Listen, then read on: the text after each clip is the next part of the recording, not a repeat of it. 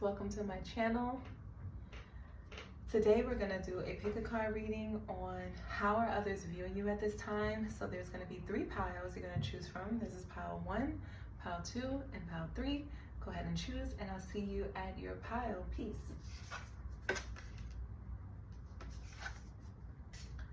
Peace. If you chose pile 1, this is your reading on how are others viewing you at this time. So we have, first card out is friendship. Then we have, let me see, let me shuffle. So friendship, this could be someone who views you as an ally, someone that views you as a friend or a companion of some sort. There's like a mutual interest there. But let's see. How are they viewing my pile 1? How are others viewing my pile 1 at this time? We have the King of Cups.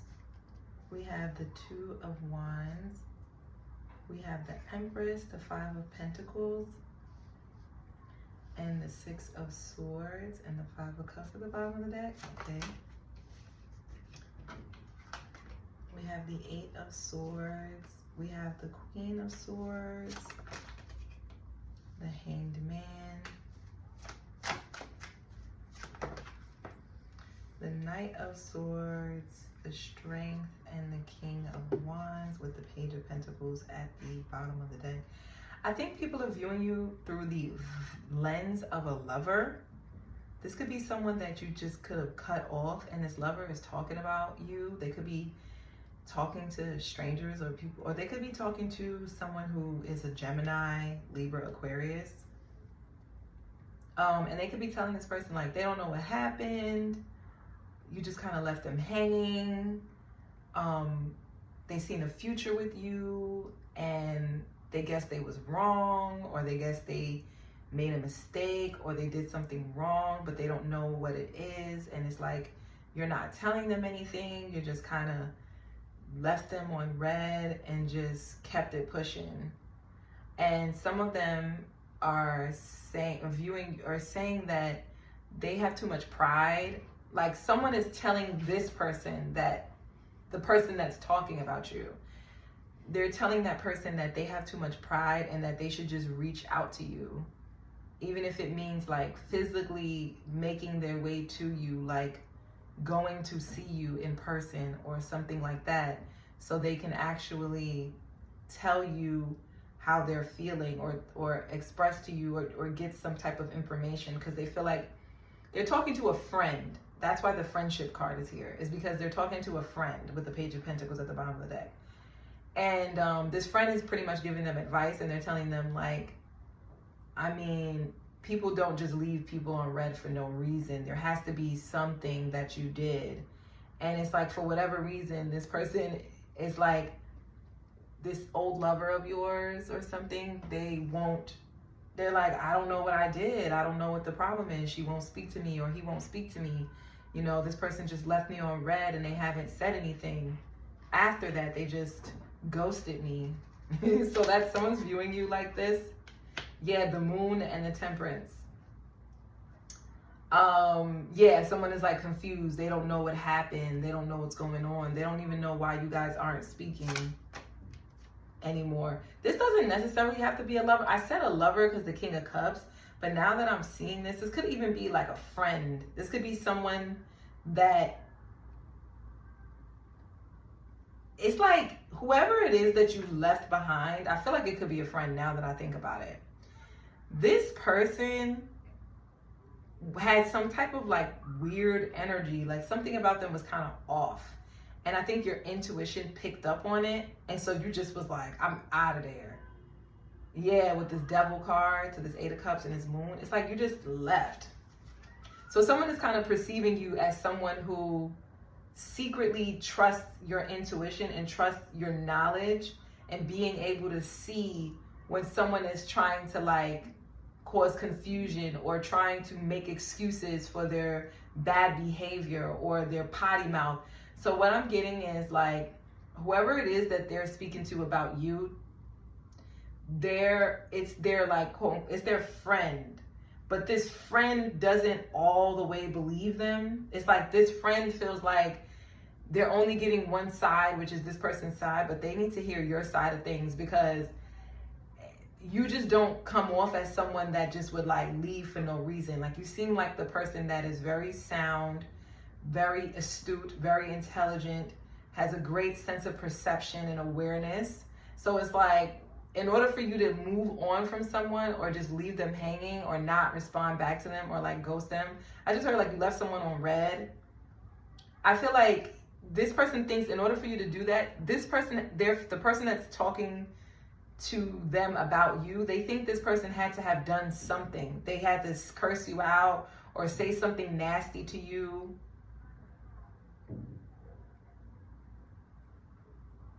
They could have had like a foul mouth, and it could have revealed some type of disloyalty or some type of dishonesty with the Strength card. Like someone had an ego about them. So you got to take what resonates, because it seems like it's more than one person. Yeah, with the Hermit in reverse and the Page of Cups in reverse, it's like this person that you could have left hanging, they feel like this was somebody that you used to like party with, go out with, go to events with, you know, maybe even like tag team with like potential love interests with.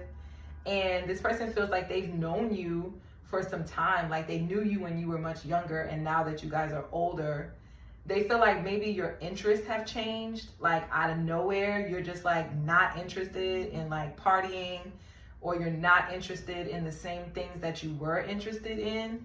I feel like this is what the friend of the person that's talking about you is telling them. Like maybe this person is just not interested in what it was that you was offering them. Maybe they're not interested in going to a party or going to some type of celebratory event or going out to eat or whatever it is that they were offering you. This person is telling them, like, instead of being, you know, like maybe they're just not interested and that's why they didn't say anything. And the other person is saying about you that they feel like that's immature. Like if you're not going to go or you're not interested, then it's just like, say that. And then this other person is telling them that, well, maybe they don't want to hurt your feelings and that's why they didn't say anything. Like some people are just not that as vocal as you would like them to be. So yeah, that's how you're being perceived right now. Like there's a conversation that's happening between two friends about you in regards to like your relationship with someone that you used to be friends with, because they're quote unquote sincerely confused. But what I'm getting with that Page of Cups in reverse and the Hermit in reverse, they know exactly why you stopped talking to them. This person could have said something really nasty to you or mean to you, or they could have taken some type of action toward you that made your like alarms go off and made you realize like, oh, I can't trust this person. This person has some type of ill intent toward me. So anyway, that's what I have for you, pile one. Thank you so much for watching, and I'll see you in the next one. Peace.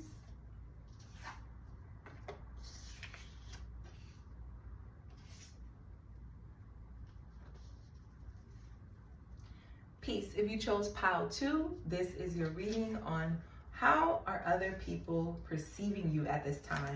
So starting off, we have Talisman number 31. This is interesting. I don't know. This is the first thing that popped up. People may really like your jewelry. That's just for someone out there. Like your jewelry may really be like standing out to people for some reason. But outside of that, I think people with this Talisman card, people could perceive you as someone who has like the key to life, or you know something that others don't know. And it's like, if you offer that knowledge to them, they would be better off. Like you know the keys to life is what I'm getting with this Talisman. It's a key.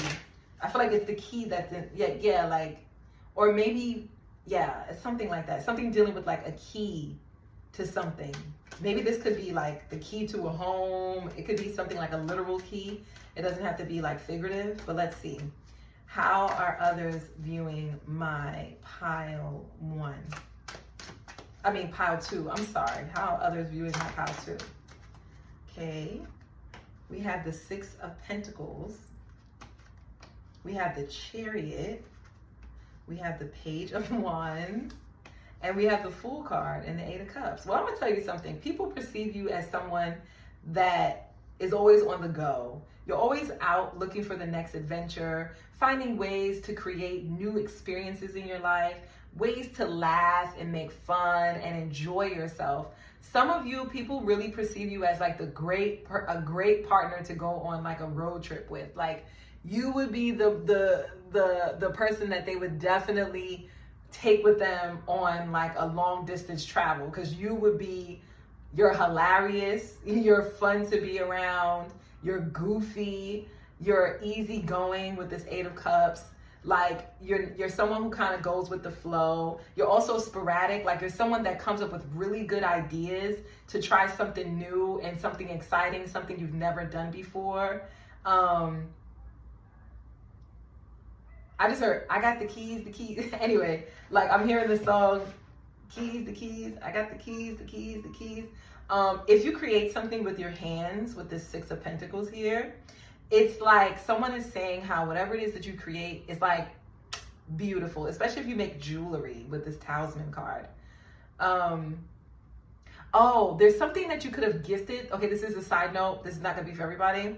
Someone is viewing you as someone like who has really gifted hands, because like when you give things to people, it really helps them on their journey, on their spiritual journey. Some of you, it's more tangible than that. It was like you gave somebody something that they were supposed to take with them as they're traveling, maybe when they're going on the bus. I don't know why I'm thinking of like a school bus, or like when their kids are traveling on the bus, or when they're like traveling in general. Like, you could have given someone some type of talisman or some type of like good luck charm or protective charm that was supposed to help them. This person views you as someone that has really gifted hands, because for whatever reason, they've been like given amenities. Like, things have been really good since you've given that to them. Someone in specific had been given some type of gift, whether it was like they got free tickets to go somewhere, or someone invited them out to like a really great show, or I don't know. It's like someone got something after you gave them this talisman. Like, you have really gifted hands. So yeah, that's for some. Anyway, keep moving. Let's see. Yeah, the Ace of Swords. The Ace of Cups, the Knight of Swords, and the Tower. They're saying how you come up with like ideas on the flash, like just like out of nowhere. And it's just, and you just speak from your heart, and you speak fearlessly, and it actually shocks them, because I guess they're not expecting for you to have this nature, this side to you, because they're used to you being someone who kind of goes with the flow, someone who is also ambitious and driven, but driven toward experiencing life, experiencing the freshness of life, new ideas, new experiences, going places that fills you up with joy, going to places that, you know, makes your heart sing. And like, someone is like, they feel like you have a really powerful voice, and like when you do speak, you just open people's hearts and minds to like new creation and new abilities and new possibilities and new experiences. And like, you're really a powerful speaker. Something about you is like, you're really inspiring. Yep, we have the Ace of Swords at the bottom of the deck with the whole deck falling on the no, let me see, there's a lot of cards that came out, but let's see what they are. Yeah, Two of Cups, the Hanged Man. Oh, I just got a, okay, I'm gonna tell you. Give me a second. Queen of Swords, the Temperance, and the Five of Cups. Let me tell you right now. I just got so excited. You guys make people excited. People feel like you're just a really exciting bunch. This group here that's watching me do this reading. But yeah, people are saying that you're someone that you get kind of not anxious, but you're like, come on, let's go. I'm not waiting around. Like, you're kind of like that, but in a good way. Like, if someone could have went on like a trip with you, they could have went somewhere with you, or maybe you came to visit them, but it was like, you're always on the go. Like, you're like, oh, I'm not waiting around. I'm going, I'm out. Something about you is very also independent that they're taught. They see you as someone who's like very independent. Someone who is like, well, I don't gotta, like someone who's very like, I don't need people to like follow me. I'm just gonna go do it on my own. Like, if you guys are not ready to go, it's okay, because I'm going. Like, I'm out. And like, something about you made this person, makes these people reflect on like their decision making and like how they've been kind of stagnant in life, how they haven't really been just getting up and going and trying new things, and how they kind of been stuck in this space of like healing and, you know, I just heard repenting. So some of them could be going back to church, and some of them could be repenting for their sins or praying to God, asking for healing, asking for cleansing. And it's something about you that triggers this in them, not in a negative way. I think this is a very positive way. It makes them want to ask God to first let go of all of their misconceptions about life, asking God to release them of all of these thoughts of like how they know how everything is supposed to be, and, you know, conforming to societal views and expectations of them. And how can they let that go and be more free and kind of take a page out of your book and learn from you and surrender to the power of choice and surrender to the power of movement, of, you know, living life. And because there's still, this could be someone who's older than you that's perceiving you this way. Like, it's something about your presence and how you move through life that's making someone, it's like it's making them revisit their faith. It's making them revisit the things that they've always been connected to, which is more, if you want me to be honest, I don't even think this person perceives it this way. But what I'm getting from this is that it's not necessarily like their faith in God. I don't think this person ever really was shaken. Like, I don't think their faith in God was ever really shaken. I think this person perceives it as they're being reawakened and reconnected to God. But that's not what it is. God is actually a representation or a reflection of their inner child. That's what they are actually coming into. And it's something about you and how you move and how you just go with the wind and go with the flow, and how you just take action on things, and how your life is so free and uplifting and charismatic and funny. They love talking to you. That energy is what gives them, is really what gives them this boost to reconnect with their inner child. It's like they see themselves within you. So yeah, that's what I have for you, pal 2. Thank you so much for watching. And if that resonated, don't forget to like, share, subscribe, and comment. And hopefully I'll see you in the next one. Peace.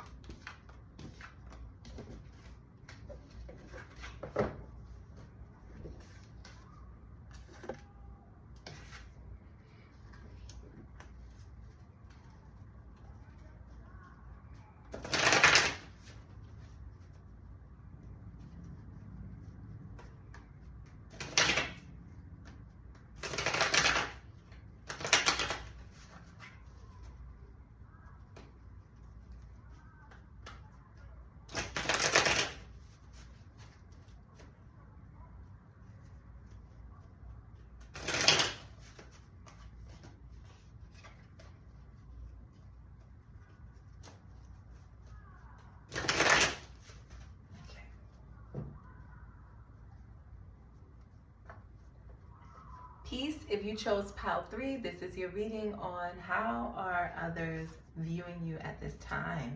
Ooh, we have 36 death.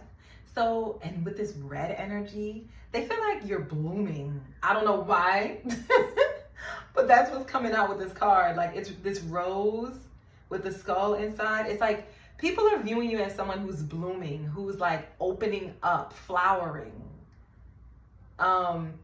expressing yourself, changing. It's like something about you is changing people's perception of you.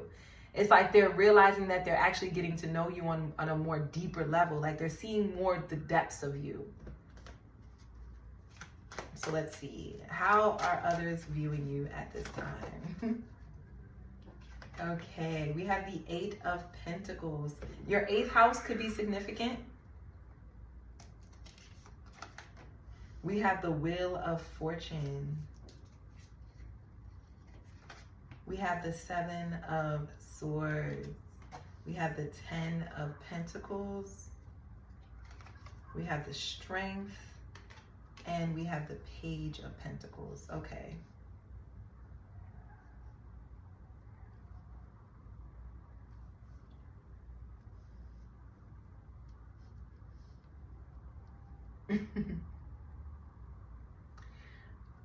Okay, let's see. Okay. Yeah, it's like there's a shift that's happening with you where I feel like people are starting to take notice of your resources, especially when it comes to like what you do for money. If you do bring in some type of income, or if you received some type of like grant or some type of governmental aid, or if you just got a better job, maybe you could be, it's a job that gives you more status or something like that. Maybe you're making money through some type of like influence, and you just got it's like something just hit out of nowhere. Like they weren't expecting it. They were actually surprised. A lot of people are seeing you and they're taking heed to specifically how much money you're making. Because they feel like you are in a very fortunate position in life, and they're trying to take stock of how you're possibly managing your money. There's some type of shift, like there's something happening in cycles. So for some of you, they perceive you as someone who's like really smart, a really smart investor, someone that is really good at being able to navigate the shifts of financial, like the financial flow of things. I just heard financial currency. So it's like some of you guys, you could like, someone could be viewing you as someone who owns a lot of currency from like different countries. Like you could have like, you know, the yen, the dollar, the euro, something like that. Some of you could really be studying like the global economy. People are viewing you as like someone that really pays attention to the resources of like other third world countries or places that seem like they don't have a lot to offer, but they're like, they may not, they like, I don't know, I just heard cash poor, but like asset rich. So it's like people could be watching you, and it's like you may not have enough, you may not have a lot to give, and physically, like you may not have like tangible money to give, or you know, things of that such, but you have a lot of abundance. Like people see you as like you have a really nice home, or you live in a really good neighborhood where you have access to a lot of resources, or you're living like a rich life, like you're living an affluent life, even if you don't believe so. It's like, and some of these people, they could kind of be like feeling like some of these people could think that you're lying, but I don't think they think that you're specifically lying. I think that they think that other people that could be telling them things about you are lying until they get to see it for themselves. Like someone is like, you're lying. This person is not this or that. It's something like that. Yeah, the Moon card. It's something about, I'm telling you, there's something about a shift, cycles that are happening. So it's like someone is paying attention to, like, people are seeing you as someone who pays attention to how you spend your money in cycles. So let's say that you get your money every 3 weeks, or you get paid every 2 weeks, or you get paid daily, or you get paid when you do a gig. It's something like that. Like someone is paying attention to, like, when you clock in at work, when you clock out, and like how much money you're actually getting paid. Or someone, they perceive you as someone who pays really close attention to like the details, the fine thing, the fine, you know, the fine print. So it's like if you have to sign a contract or anything like that, if you're a part of any union, like as far as your job, it's like you're the kind of person that's paying really close attention to how much things cost and what's being taken out of your resources, which is actually, it's like some of you, they perceive you as someone who also pays attention to, like, you have everything mapped out. You may have everything mapped out in like a calendar. Like you may have like a financial calendar or a financial planner, or you may be sitting down with like financial advisors or economists or like budget managers or people who, this could be like, let's say that you're looking to purchase a home, then it's like, this could be like the bank looking at your resources and looking at how you manage your money. And they're looking at it based off of a monthly cycle with this moon card. They could be looking at, how do you spend your money every month? Where do you put it in? You know, how do you invest it? How do you save it? That kind of thing.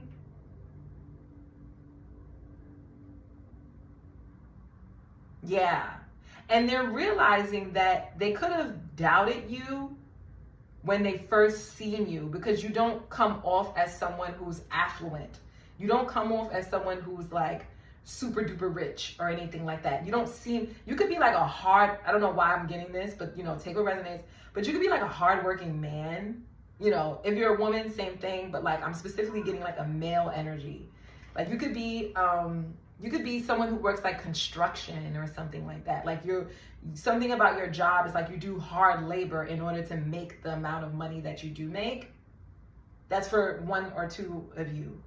But for the rest of you, it's like you just perceived as someone who just works really hard for little to no pay.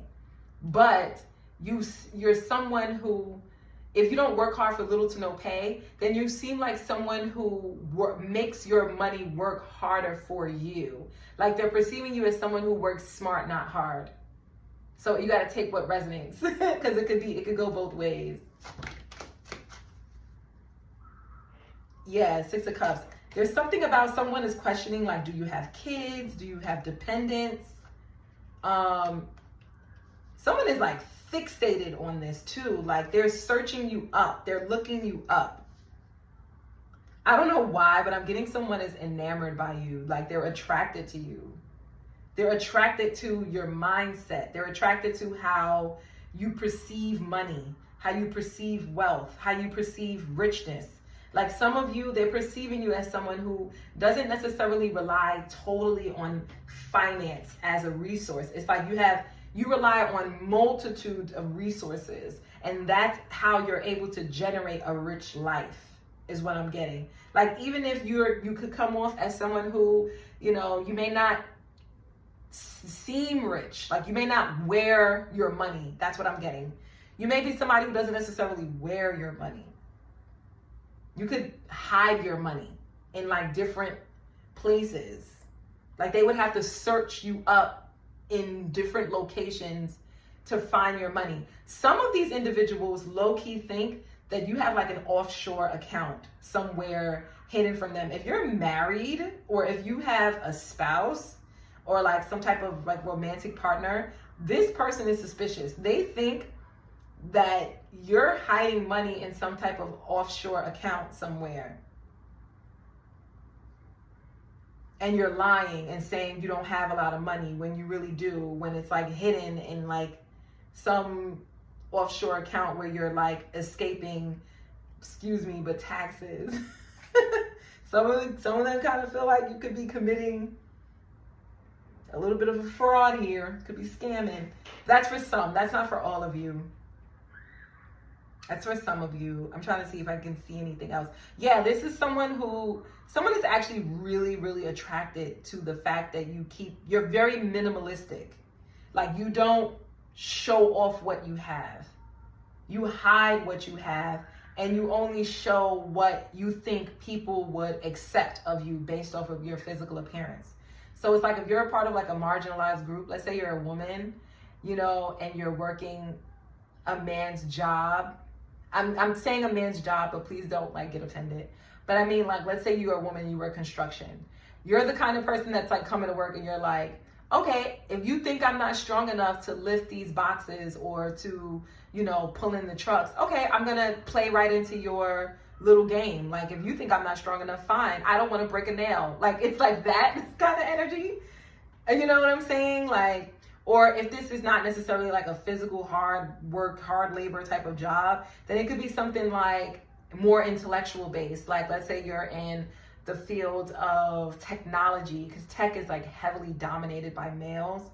So let's say you're in like tech, and you'll kind of play the role of like, oh no, I don't really know much. Not really like that, but like kind of like if they think that you're slow or that you don't have as much to offer, then it's like you just play right into their hands and sit back and get paid. And someone is like catching on to this like act because they're finding out behind the scenes that you're actually extremely intelligent. You have a lot of knowledge. You're actually better than your you're better than your like counterparts. And you're actually a better fit for the job. You just prefer to sit back and pretend like you don't know to get paid to have to do less work. So it's something about you that's like really intelligent. Like that's kind of what I'm getting. But yes, guys, that's how they perceive you. Thank you so much for watching. If you like this content, don't forget to like, share, subscribe, and comment. And I'll see you in the next one. Peace.